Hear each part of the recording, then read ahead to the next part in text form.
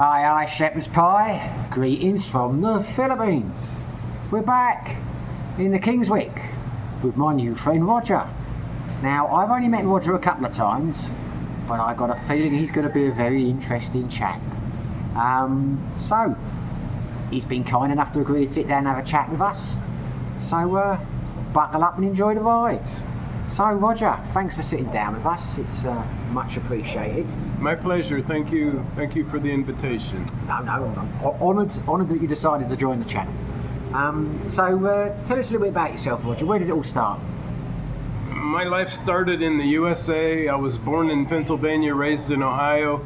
I got to Texas as soon as I could. I was 18 years old. I rode to Texas on a motorcycle. I stayed there my entire life, my entire career. I've been playing music ever since I was 10 years old. Now, this is going to be the fastest interview I've ever done at this rate, Roger. We're probably going to be done in like 1 minute flat. So oh, we're done already? Okay. Thank you so much. If we could just backtrack. So, you were born in Pennsylvania and you grew up there? I grew up, in Ohio. Pennsylvania, the border. We had a family farm in Pennsylvania, and then right across the border was a small town where we actually lived and grew up. But spent a lot of time back and forth because my grandparents were there. But yeah. See, that explains a lot, because I know you're into like you're a country and western singer, and you're like a cowboy hat and that. Yeah. I never associated Pennsylvania with cowboys, but I do Ohio. So it's like they're kind of on the border. You know, is Pennsylvania cowboy country? Not really. It's a farming. It's the farming area of the United States. That's where the Amish are, isn't it? The Amish are there now. They've taken over quite a few of the farms. The association with the cowboy hat came when I got to Texas. Okay, so that wasn't Ohio. No. Okay. I mean, I grew up as a small boy in Ohio wearing a cowboy hat and cowboy boots, like as a costume. Growing up as a kid, I wanted to, that was what I enjoyed. So when I got old enough, I moved to Texas because that's who I wanted to be. I wanted to be a cowboy. I wanted to ride horses and experience that side of life. So. Okay, so you were 18 when you moved to Ohio. Oh no, sorry, no. Texas. Texas, right? Yeah. So 18. So you went by yourself. You decided to like leave home and go. Or did your family move? Or? Yeah, my parents were divorced when I was like 16. And then my mom ended up moving to Texas. We had relatives in Texas. So I took a vacation after I graduated from high school and rode down to visit my mom, and I never went back. Okay. I got to Texas. I found a girlfriend. I found a job. And I said, you know what? I'm going to stay here. All in one day? Well, all in one, like in a 2-week period, yeah. Really? Wow. I was doing really well because right at the time the economy in Ohio was kind of spiraled downward. It was really hard to get a job and be successful, and I don't know. I felt like I'd found where I needed to be. Texas was your spiritual home, shall we say? Yeah. I fit in. I connected. So what was the job you found? I was a warranty painter for a Chevrolet dealership. Okay. I was an apprentice in Ohio in the paint and body industry, and I was learning how to do auto body repair and painting. And I found an ad in the paper, and this Chevrolet dealership in Houston, Texas was hiring a new car painter. We did transportation claims, and anything that came out of the factory the customers weren't happy with, I would go in and repair. And I got to be pretty good at it, and I was making really good money. My friends were working in like department store jobs, making minimum wage, but I was doing really well. I always did well. I worked hard and I was successful in that industry, but then I grew tired of it eventually. So I was going to ask you, when you said a warranty painter, that's basically problems with the warranty. If you're not spraying them in the factory. Basically, if the factory painted your car and there was a bug in the paint or a run in the paint or something, a defect, we'd go in and repair that area. And eventually, later on during my career as an automotive painter, I became a painter for Cadillac, and I was very good at it. I made a ton of money doing it, but one day I woke up and I said, I don't want to do this anymore. And how long had you done it for? It was like 4 or 5 years. Okay, not that long then. Not that long. So you'd be but- about 23, 24 now. Yeah, I probably, was a young man, and I thought, I want to grow old and not have emphysema and lung cancer because there's a lot it's of like- chemicals and dust in the environment and everything. But anyway, it's something I can do to this day if I decide I want to paint my car. And how long ago was that? Just recently, about 50 years ago. Yeah. So that's what I was going to ask, because I had a friend who used to do that many years ago. He was an older man. He died of emphysema. Yeah, 'cause he didn't yeah, wear the mask yeah. and things. Yeah. So the question I was going to ask you, because I assume now that people who do it have got all the protective gear. Did you have much when, like, 50 years ago? We had charcoal respirators, but they weren't fresh air supplied. So there had to be a lot of bad stuff getting in there. I tell people that I'd probably be a lot more intelligent if I hadn't have painted cars when I was young. I probably burned a bunch of brain cells out. I don't know. See, now I could use that, because I'm always looking for an excuse for being so stupid. I can never come up with Well, something. yeah, I tell people my brain's very small, but my feet are big, so it kind of compensates. I don't. So what did you do after the painting then? What was the I change? decided I missed out on going to the military, and I always felt like I had an obligation to my country. I wanted to do that. So I got involved in civilian law enforcement. Okay. And I did that for over 30 years, and I retired about 10 years ago.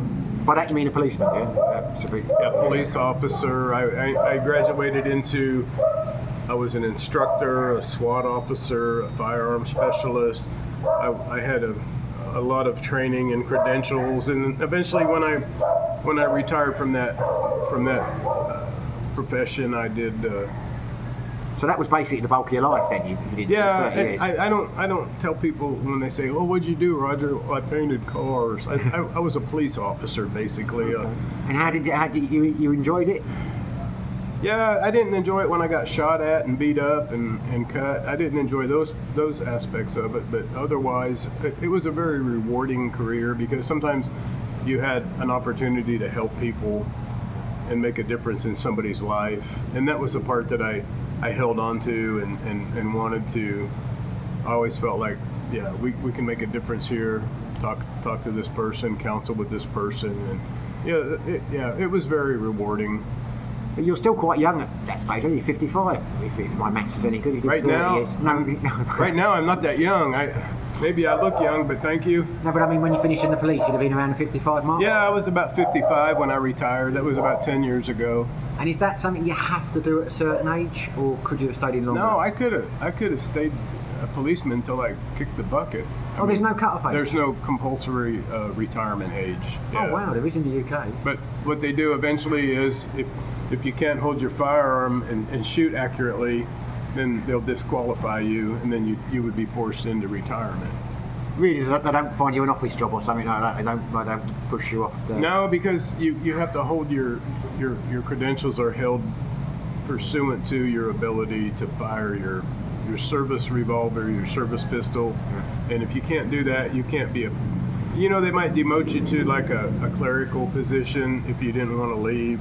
Maybe they would do something like that, but why would they want an old fart in a clerical position when they can get like some young girl out of college that knew what she was doing? I'm assuming it's a bit like the UK, because when I was in the military and the police, I'm guessing you retired at 55 because that's when you got your full pension.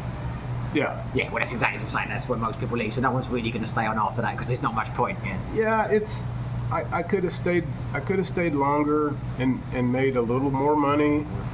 And I had a conversation with a friend of mine, and 5 years into my retirement, I ran into him, and he had just retired. And I told him, I said, "Oh, I've been retired for 5 years." He said, "I wish I would have retired 5 years ago because you can't buy back those years." That's very true. And I've already had 5 years to enjoy my retirement, enjoy my life. So, yeah, money's not everything. If you're comfortable and you're conservative with your finances, it's all worked out. I've been really blessed with my retirement and my financial situation. So I have no regret. I wouldn't. Without delving too much into that, because that's not what the channel's about, I'm assuming the pension's quite good in the police over there? Yeah, it's government pensions. They're very good. And do you get any, because I know military, because I used to work with a lot of American Air Force, and when I was in the Air Force, they get free healthcare for life, don't they, when they leave? Do you get any healthcare or anything like that with the police? we didn't.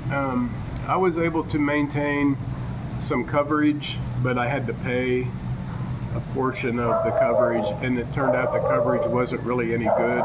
So I ended up just dropping it. It wasn't worth keeping. But the military have, that's the benefit. VA hospitals, isn't it? And yeah, the difference is when you're in the military, you're under contractual obligation. You can't just say, well, I'm tired of this, I quit. You're stuck. You've got to do that. If they send you to a wartime environment and put your life. I could have quit any time. As a civilian police officer, I could have said, I'm out of here. So yeah, it's kind of a trade-off, but. And also, I'm deviating slightly, but it's one of these things that always fascinated me, because one thing in the UK, if you're in the police, you're in the army or something like that, it's very hard for anything to affect your pensions. You know, if you get kicked out, you're still going to get your full pension, because as far as we can, so you paid into it. But I've seen lots of American, TV things and that, where the guy's worried because if he gets done for this, he's going to lose his pension. Can they really take that away from you in the things over there if you do something wrong? If you don't meet your, there's a time, years of service, and an age combination of those two factors, and if you don't meet those and you're terminated before you meet those two factoring, what's the word I'm looking for, the requirements, then yeah, technically you could lose your pension. I mean, if you're 6 months away from getting a full retirement and you do something that's drastic and they fire you so exactly for misconduct or something, you just don't get it. You could be out. The money that you've contributed to your pension would be yours. You could receive it in a lump sum, but the government would not be obligated to do. Okay, so you get what you put back in, but you don't get what you'd have been entitled to if you. Yeah, the government in my case would match it like 2 to 1, $2 to every $1. So that makes it a very lucrative pension. But yeah, you wouldn't want to spend your whole career and mess up 6 months before retirement. That's certainly not a wise thing. So what did you do after then? Sir? So you retired from the police. What did you do then? I retired and I was in. I moved from Houston to the Texas Hill Country, and they've called me before. The term I believe is a Renaissance man. Right. I know how to do plumbing, electrical, framing, foundations, design, carpentry. My grandfather was a carpenter and a home builder, and I grew up as a little bitty kid watching him in fascination. And just through the years I learned. So I spent 7 years building my house in the Texas Hill Country by myself. I built the whole thing from the ground up. And one day I looked at my life, I looked at what I was doing, and I said, you know what? I took my hammer and I went, I'm done. I'm tired of building. I locked the doors and I came to the Philippines. I am amazed by people who do things like that, because I am awful at handiwork and all that kind of stuff. I wish I could, but I just can't do it. What did you build it out of? Was it like a log cabin, or did you build it out of? What was it built out of, the house? Oh, it was a variety of construction. It's kind of a hodgepodge. One of the structures was a foundation of concrete with a metal building, and then inside framed it all out. I made a recording studio, a music studio upstairs in that. Other parts of it were done with like a wooden, they call it a block on beam construction, and I just loved doing it. I'd get up every day and I'd go buy the lumber and I'd lay this out and I'd hammer this in, and but one day I just woke up and I said, I don't want to die building a house. I'm done. It's to the point where it's usable, it's enjoyable, it's well presenting when you look at it, but there's got to be more to retirement. And I was working harder as a retiree than I was when I was working. I was like, what am I doing to myself here? A lot of people do that. But I never wanted to get to the point where I just sat around and watched TV and waited for lunch, and so getting here into the Philippines, I started to network with some of the areas that have live music. Well, let's just backtrack 1 second there, because obviously I know now that you're a musician.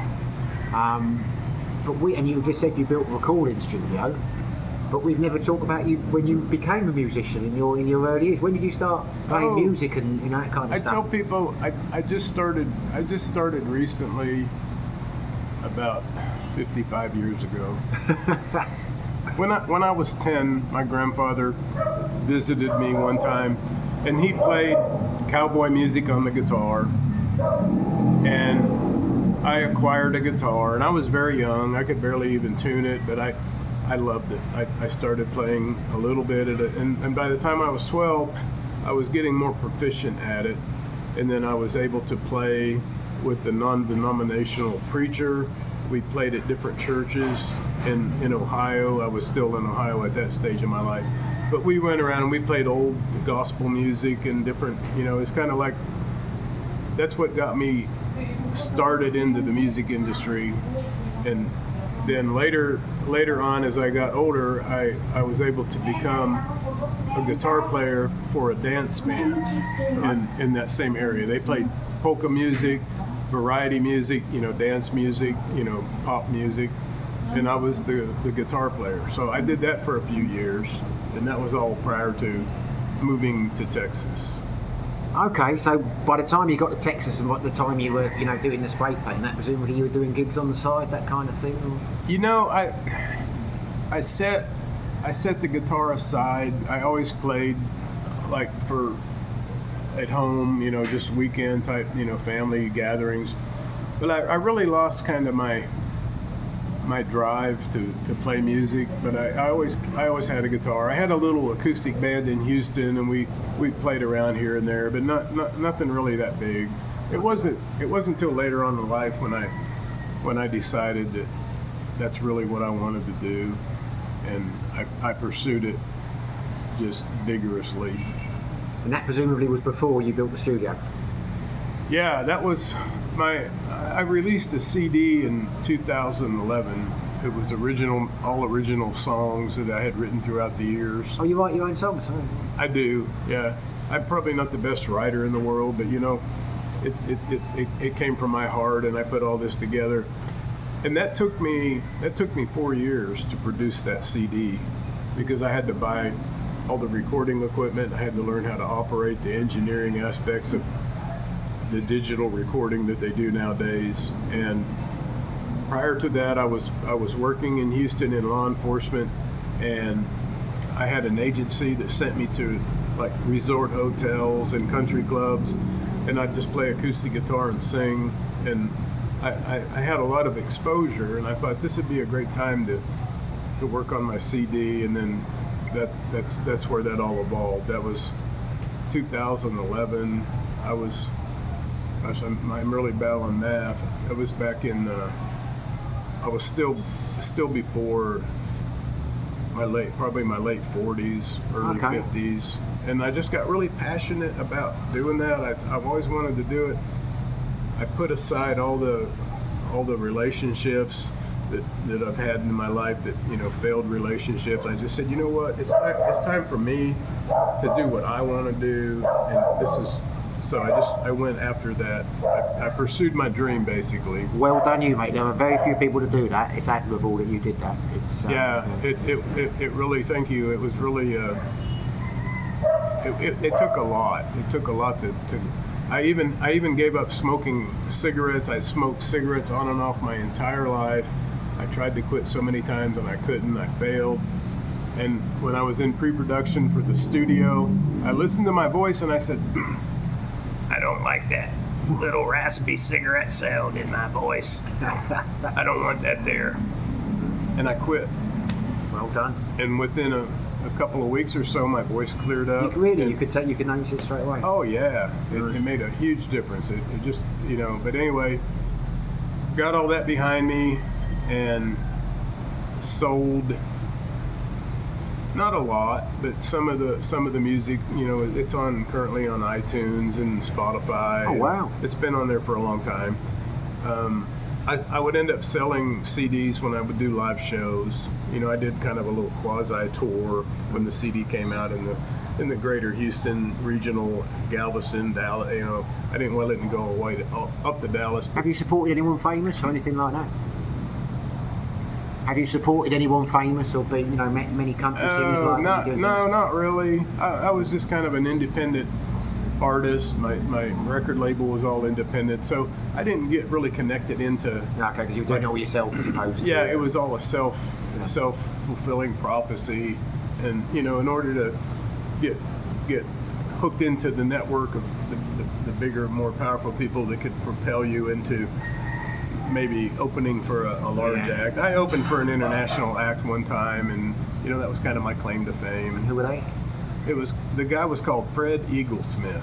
Right. And I think he was a European artist. Okay. But I didn't even know who he was. I was like, well, I know who the Eagles are, but Fred Eaglesmith. But he was actually an international touring act. Okay. But yeah, that was about my claim to fame. Have you ever been to Nashville? I've never been in the content of music. No, just been to the place, because I'd have thought that someone is in the music like you. I did. My sister lived in Nashville for many years. I went to visit her, but she lived outside of Nashville, out in the country, and I never had a chance or a desire to go into town and discover the music grow and all that. But okay. I'm more of an isolation type. I like wide open spaces and going. A good day for me is a day that I don't have to go to a major city. It's just the way I am. But yeah. So Dumaguete is about as big as you like it to get. Yeah, and sometimes Dumaguete can be a little bit on the large side. It's a small town, but until you drive through it on your bike, then it's a big town. Traffic and all that. But so why the Philippines? So just so I've got things right, you built the house, you just finished it to enough to sell it, and then you decided, right, I'm off to the Philippines. Yeah, I've always loved the Philippines. I've been here off and on for even before I retired. Okay, so it wasn't your first time. Yeah, and I've always had like a strong connection to want to be here. And then when I got here, I thought, you know what? I'm on permanent vacation. I don't have to do anything. I don't have to go anywhere. I don't have any obligations. And decided, why not just stay here? And then I started networking in the music industry here and getting to know people, and one thing led to another, and I started getting invitations to play here and there. And it's been really rewarding for me as an artist to be able to have invitations. And as an aging artist back in the US, it gets very competitive, especially where I live near Austin. Austin is the live music capital of the world, is what they say.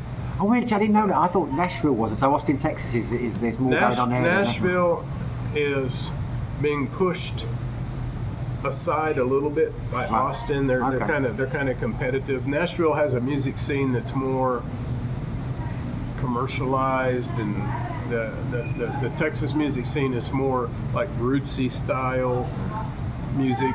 It's just a little bit different, but it's still Austin music scene is supported by the artists like Willie Nelson, Waylon Jennings. Those are the guys that there's many great artists that big names. Yeah. So when you came to the Philippines, when you decided to retire here, whatever you're calling it, you came straight to Dumaguete, or you went somewhere else? Pretty much here. I'd been here before. So when you were coming before on your holidays, you'd been coming to Dumaguete? I'd been here once. I've flown in previously years ago to Manila. I went over to Tacloban. I went to Ormoc City, and I've been flown into Cebu. But this Dumaguete area has always had. I've always had a connection here as far as feeling at home. The attitude here, the people here in general seem to be very receptive of foreigners. friendly. It just feels, to me, it feels like home. It's the best place for you in the Yeah, Philippines. I've been to places in the Philippines where I didn't feel comfortable, like I was really wanted there. Where's the worst place you've been to in the Philippines? White Beach and Oriental Mindoro. Okay.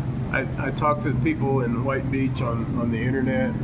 Oh, you got to come here, you got to come here. And I went there, and it was the worst experience in the world. It was full of vendors and people on the beach trying to, like, high pressure sell you. Oh, right. And it got to the point where I just went into the hotel room and isolated myself because I was afraid to go enjoy the beach because I thought the vendors would come up and harass Yeah, that's me not and good, yeah. try to grab my passport. I thought, you know what, I can't even enjoy it here. But it was beautiful, but it just, I don't know. I guess I just looked like a walking ATM machine. The vendors would not leave me alone. I'm like, buddy, go away, go. It's your Rolex, mate. As soon as they see that, they know you mean it. Yeah, my Rolex. It's actually, at my age, it's more of a wrist supporter when I play the guitar. But yeah. So you've been here 5 years now? Been here 5 years now? No, just about going on a year. Oh, wow. In Dumaguete recently, yeah. Okay, so, but it's 5 years ago you decided to come to the Philippines. You've been going in between America. No, I've been going.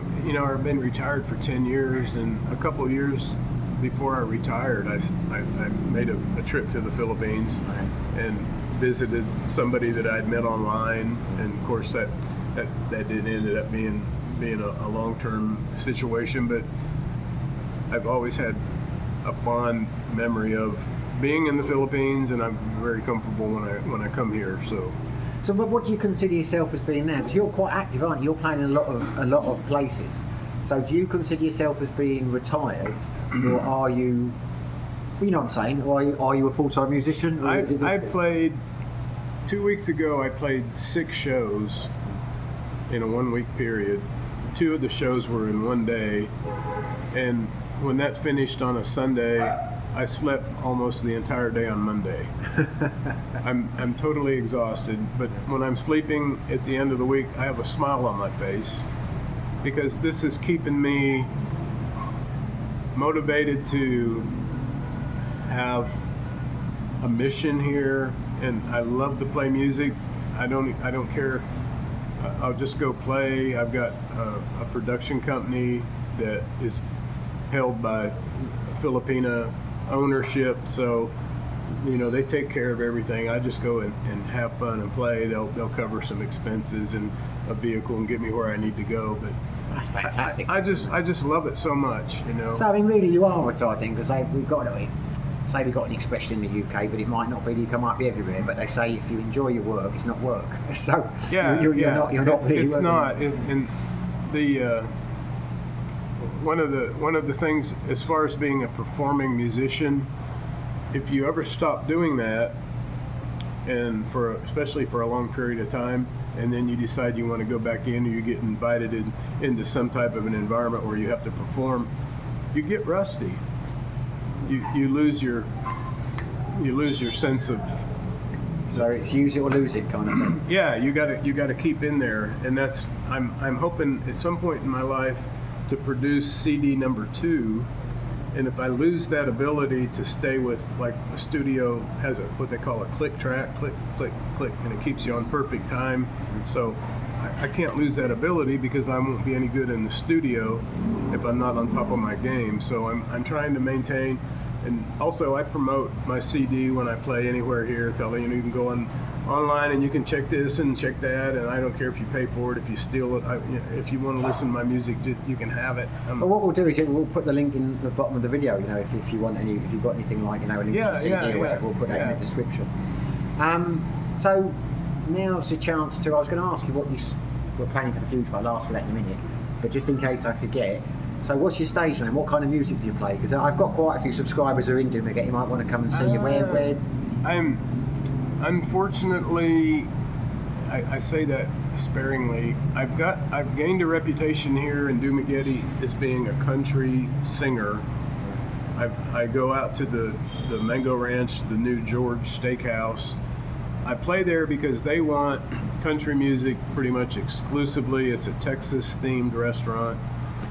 So yeah, I'm a country artist. I have my CD is Texas country. I've played and sang country my entire life, but I'm blessed with a very wide. You know, some singers only have a 2-octave vocal range. My ability to sing multiple octaves is a gift. So I can sit down and play Bon Jovi and belt out the vocals and then go back and sing, you know, something like the Josh Turner. Everybody likes that. So you're versatile. The door, turn the lights down low. I can sing low and I can sing high. So yeah, I play a variety of I might be music. reading too much into this, but you were just saying you have to play country and western. You've got a reputation for country and western. Is there some kind of music you prefer to play? I mean, what would you love to play if it was your own place? You know, and you could play on- country music, I love it, but it can get a little bit. You know, it's always the same thing. You know, your lost your girlfriend, love, or your girlfriend left you. Your dog ran away. There was a joke one time: if you play rock music backwards, you'll hear like, you know, devilish things. And if you play country music backwards, your wife will come back. Your dog will come back home. Your truck will start running again. It's always the same. It gets kind of boring, but I look for the songs in the country music industry that are more upbeat and more like keep people like snapping their fingers, you know. Yeah. I don't like the old like the Blue Bayou type, you know. I'm going back someday. I'm like, please go back now. Please go back and don't come back. Yeah. I like some of the classic rock and the pop and like the alternative, and a lot of people always, you know, oh, you're gonna play that song Wonderwall by Oasis, and it's been overplayed, and people go, are you gonna play that song Wonderwall? And I'm like, well, maybe you're gonna be the one. I love that song. I play it and I just get into it. My eyes roll back in my head. But Well, I was very pleasantly surprised the first time I heard you play, because I do like country music. But don't get me wrong, I'm a big Johnny Cash fan. But that day we were there, I was at the bar with Frankie and my girlfriend. You were playing a hell of a lot of tracks I weren't expecting. You know, you went, you know, you a bit of what was it? Normandy, you did Elton John. Then there was a bit of Bon Jovi, and it was like, it was nice. I try to. I watch the audience when I'm playing, and sometimes I just like, okay, I'm losing them, so I'm going to throw something in that I think I can draw them back to listening again.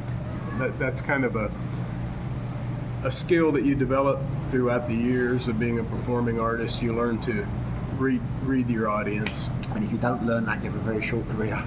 Yeah, you don't have a very big career. You'll end up, you know, losing the crowd. changing guitar strings at Guitar World. So what are your plans for the future? You know, I tell people I'm like an old motorbike. I'm running on a gas tank that is getting very low, and I've turned it to the reserve tank. But I plan on going wide open until that reserve tank is diminished. So I don't know. I want to produce my second CD. I'm going to run back to Texas. But will that take 4 years again? No, because I already know how to do that. Okay, so it's like, The mixing, the mastering, the engineering. I know how to send it off for final approval and duplication. I know how to do everything. Of course, we don't have CDs anymore. It's all. USBs. So I'm going to have to learn more about all that. But yeah, I want to do that, and I just want to stay here and continue enjoying my life. So your plans are to stay in Dumagetti? You're not got any plans to go? I don't. anywhere? Yeah, I don't have any plans. You know, I thought. You know, I don't really. When I play here, a lot of times, especially when I'm out at the Mango Ranch, the customers come up and they want to take a picture with me, and it makes me feel good. You know, I'm not a celebrity, but when I'm out there, you know, I kind of feel like, oh, I'm important. You're a celebrity in Dumagetti. Yeah, and I get out and I play around and I walk up to the tables and thank people for coming, and they've been wonderful here to me, and I look forward to going and playing. And I've played places in Texas where look at the clock. Is it time to go home yet? I'm just. But here, it's always the Filipino people have a nature of like a happiness and an appreciation type factor that you don't always get in other places. So. Yeah, that's something I should have asked you. When you play your gigs, I don't know if you call it a gig or whatever. When you're playing, your sets, wherever you're playing. What's the audience? Is it mainly Filipino, mainly expats, or a mix, or? It depends on the venue. I've played for largely expat and audiences, but here when you have an expat audience, it's going to be the girlfriends and the wives. An old guy with a young girl. So you've got the expat and then you've got the Filipina girlfriend, and if the Filipina girlfriend isn't happy with what she's hearing, she's going to tell the expat, we're not going back there. So that's why you're mixing the music. You see her starting to lose interest. You play something I more have modern. to sing something, and I have to get her out of her chair and doing this a little bit. And when I see her singing, and that, I know that I'm connecting with both species. Yeah. Yeah, And what's your stage name? Roger Wayne Bailey. Roger Wayne Jennings. I'm glad you said that. I Roger Wayne Jennings because you said that earlier on. Roger Wayne Bailey. That's my actual name. I don't really. No, but if someone Googles you or looks for you, find out where you are. That's how they'll find Roger, Roger, Roger Wayne Bailey with a B. And I'll put that in the description. Yeah, and you'll be able to find. I have Facebook and YouTube. I don't have a whole lot of content on my YouTube channel. One of these days I want to work on that a little bit more and put some more. I've never been really great in video production, but there's a website called Reverb Nation, and you can find a lot of my tracks from my CD are on there. But it's a free listening environment. You can go on there. There's a couple others, I can't think of them offhand. Well, I'll talk to you something about that when we're off camera, because I interviewed a guy today who's just come to the Philippines who he wants to start an editing business in a film company. He's got all this kind of stuff like that. He's looking for people to work with, so maybe you two could do something. We'll have a chat about that. I've got a little bit. I was operating my recording studio when I was in Houston during the time that I produced my CD. I had other people coming in. I had clients coming in. I produced some tracks and some songs for other people, and what I found was I bought a really expensive video camera and I set it up in the corner of the studio, and then I had it on a video monitor, and people wanted to see the video of them singing in the studio more than they wanted to listen to the audio tracks. And I'm like, you came to a recording studio and you want to watch yourself on video. Oh my gosh. But yeah, I've got some experience with it, but it was a nightmare because it took so much energy, because I had a dedicated computer for recording music, and then when I plugged the audio or the video camera into that, it slowed everything down because it takes so much power to process video as compared to audio. And so I know technology's improved greatly, so maybe something that I might be able to get back into someday, but I don't know. Well, I've taken enough of your time. I will put a link in. It's been wonderful talking to you. I will put a link in. Whatever you want me to add, I'll put that in the description. Okay. But I'm just going to say, at the start of the video, you said to me you'd left your cowboy hat in the car. Yeah. And the reason I'm saying this to anyone who's watching the video, I'm probably going to title this something Dumagetti Cowboy or something like that. So before you come back in the comments and say he's not a cowboy, he would have been wearing a cowboy hat. Sometimes he does, sometimes he doesn't. So he is a... I am a cowboy. I actually rode horses and roped cows. I had a cutting horse, what they call a quarter horse in Texas. And I never went into rodeo competition. I wasn't that good, but I can honestly say I was a real cowboy. I sometimes carried a 6-shooter, but... Did you chew tobacco? No, I always got sick to my stomach. I couldn't do that. I did smoke Marlboros, though. I thought you were going to say something else for a second there. Well, no, I tried that in high school, but I never liked it. I do, yeah. And getting a cowboy hat here in Dumagetti, I finally found one in an Okai store. and fashioned it a little bit, and it's just, they're hard to find here. And I brought one back all the way from Texas last time. I wrapped it really carefully in my luggage, in my suitcase, got it all the way back to Dumaguete, and I pulled it out, and I'm like, oh, it made it, it's in one piece, and I looked, and it was made in China. I was like, crap, that's not a cowboy Why hat. don't you wear it? I have it. I didn't throw it out. No, what I'm saying is next time wear it. If I had something like that, I think I was so worried about getting crushed, I'd just wear it on the plane. You know, that's the way to stop it Yeah, from but getting you know, on damaged. the plane wearing a cowboy hat, and I don't know. I didn't want to stand out. People come up and want to get my autograph. You would stand out. I'm just going to look down now for a second, see if you're wearing. No, cowboy boots. I'm. Oh, no, you're not got cowboy boots. I don't. I was going to bring cowboy boots, but you know, it rains a lot here, and these Crocs are your best friend. Rubber.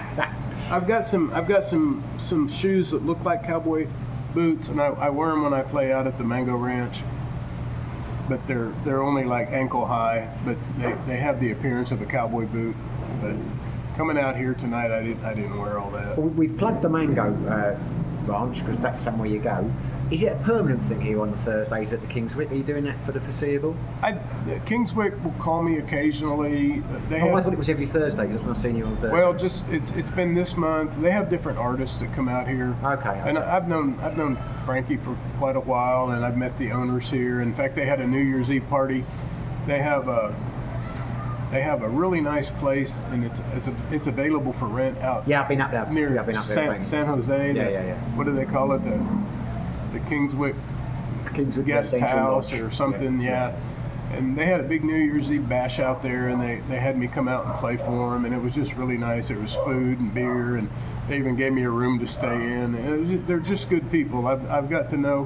One of the things about being here in the Philippines, you meet people from different countries, and everybody gets along. People are happy, and I don't understand why in the world there's so much tension and there's so many wars. I think it's all of our politicians are causing all these problems, because at the end of the day, every time I meet people, I've met people here from Russia, and they're happy to meet you. They're not wanting to beat you up and go, oh, it's certainly not us that are causing war. So. No, it's a happy thing, and meeting the Norwegian people that I've become friends with, associated here, they're just fine people, you know, and I've always appreciated that opportunity in life, and that's part of being here. No, it is not. I think the expat community here is very good. I've been amazed. And the Filipinos are great, you know. Yeah, the Filipino people are. Sometimes I think they look at you and they're reluctant, because I think there's a little bit of a language barrier with some. They don't speak the English as good, but I always make it a point to go up and say hi to them when I'm playing out. And when I break that ice, when I make that opening, it changes everything. They go, oh, hello, how are you? You know. Yeah, so I know exactly what you mean. But if the place you're talking about with the swimming pool, the residential lodge, I did a video. I went up there with Frankie a couple of weeks ago for a beach party, and I made a video. So I'll add that to the end of the video. So if anyone's interested in the lovely place that we're just talking about, I'll add a link to that at the end of the video if you want to see that. It's breathtaking. It is a lovely place. It's a lovely place. You've got me talking like I'm from the UK. It's very nice. The view is spectacular. It's a pristine property. The pool. I mean, it doesn't get any better in my opinion. I've been to a lot of nice places here in the Philippines, and I think for $12,000 a night it's very cheap. You wouldn't get a 1-bedroom hotel in London for that for a night. And Frankie had a real short video of the New Year's Eve service. Not service. That sounds like a funeral. The New Year's Eve party where I was playing there. I don't know if you could incorporate that into it, but I'll see. If Frankie's got it, I'll have a word with him. Well, I'm seeing him later. We're going to the quiz. I'll ask him. I've probably got it on my Facebook somewhere. Yeah, I'll get it. I'll add that on the end. Yeah. If we can get it, it'll be on the end of the video. If we can't, maybe I'll add it another time. Well, listen, Roger. It's been great talking to you, mate. You're a very interesting bloke. I've got a feeling when you started talking about the cowboy stuff and that, there's a couple more interviews in there. You've done a lot, mate. You've done a lot. Yeah, it's been a good ride, and I'm looking forward to it continuing. I'm not ready to sit down and give up. We'll saddle up and away you go. I'm going, like I said, full throttle. So. Full throttle. Right, well, hopefully you enjoyed the video. If you did, then smash the old like button. Hopefully you subscribe, but if you haven't subscribed, or you'd make an old man happy, just bang that subscribe button. And whether you do, whether you don't, whatever you're doing, wherever you are, stay safe and be lucky.